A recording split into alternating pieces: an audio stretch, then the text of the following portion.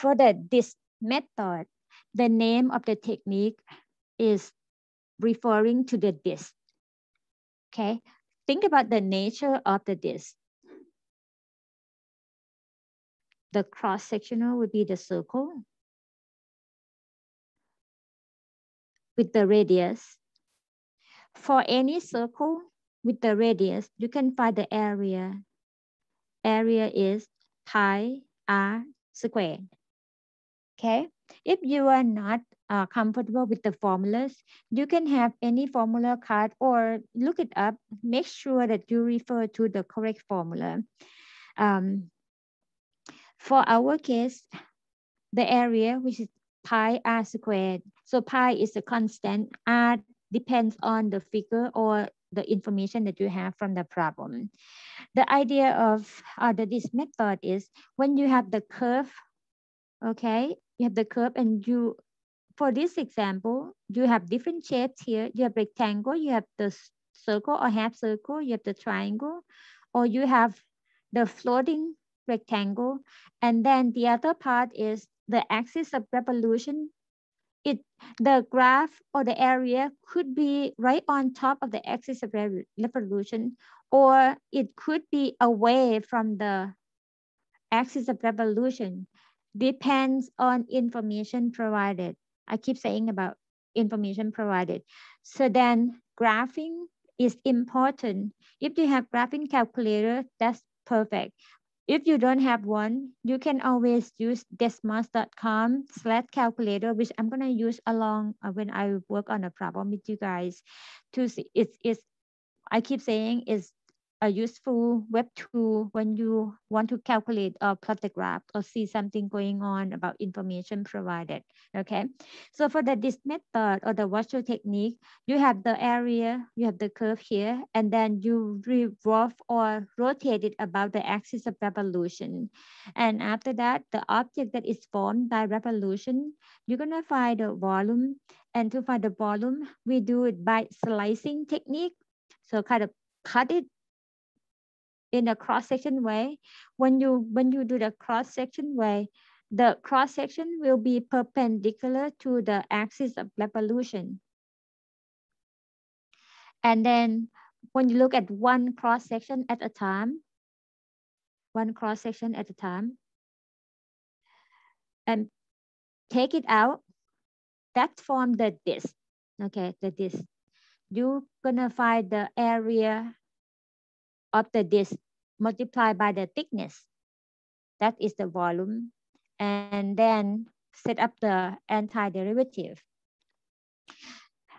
The typical way that we deal with in this section is the graph is provided or the function is provided. You suggest the graph and then you identify the axis of revolution. You rotate about the axis of revolution. You do the cross section. If the cross section perpendicular to the x-axis or the horizontal line, that means when you keep cutting across the figure, you're cutting across the x direction. So then each layer from the width as a delta x, okay, as a delta x or the chain in x, okay, the chain in x. So in this way, we do it with respect to x. And then the other way, we just do with respect to y. So another slide here, kind of the summary of this method. You have the curve. You rotate about the axis of revolution. For this case, you see the cross section perpendicular to the axis of revolution. And this case, the width is delta x. So if you have the width as a delta x, that means you do with respect to x, or the function may be in terms of x. For the cross section, perpendicular to the y. So that's telling you the width is the chain in y. Okay, and the position that you located at for each slide, that's the location of the x or the location of the y. And the y or the x will go from point A to point B. So for this figure, x from A to B. So A and B are lower limit, upper limit. And for this figure, Y will go from the low Y, which is from C, to the high Y, which is to D. So the interval of integration will be C to D for the right figure. And how about the area? The area based on the area of the circle. So it go with pi r squared. The pi is a constant. As you see the formula, we just take it out of the integration just for our convenience because we treat it as the coefficient or the constant multiple. What the only main piece of the integration or the integrand is the radius squared. Radius squared. Okay. Talking too much, so let's work on the example. And I'll walk you through step by step how to work on the detail.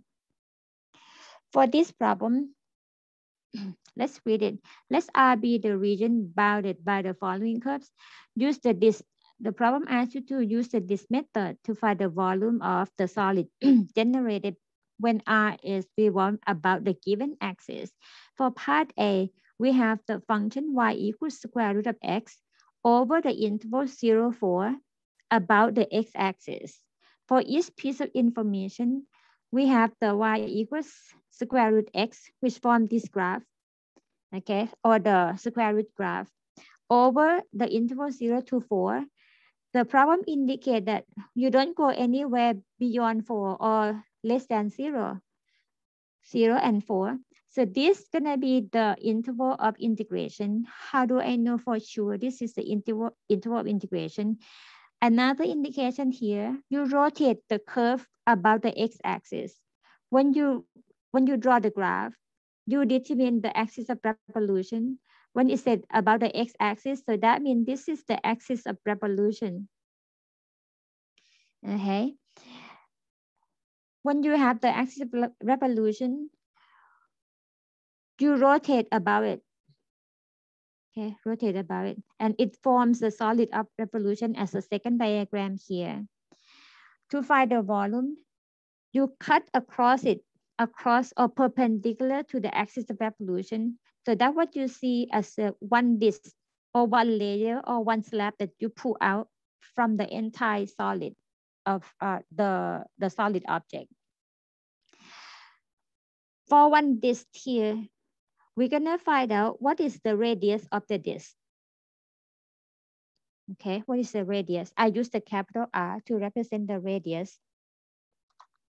Okay.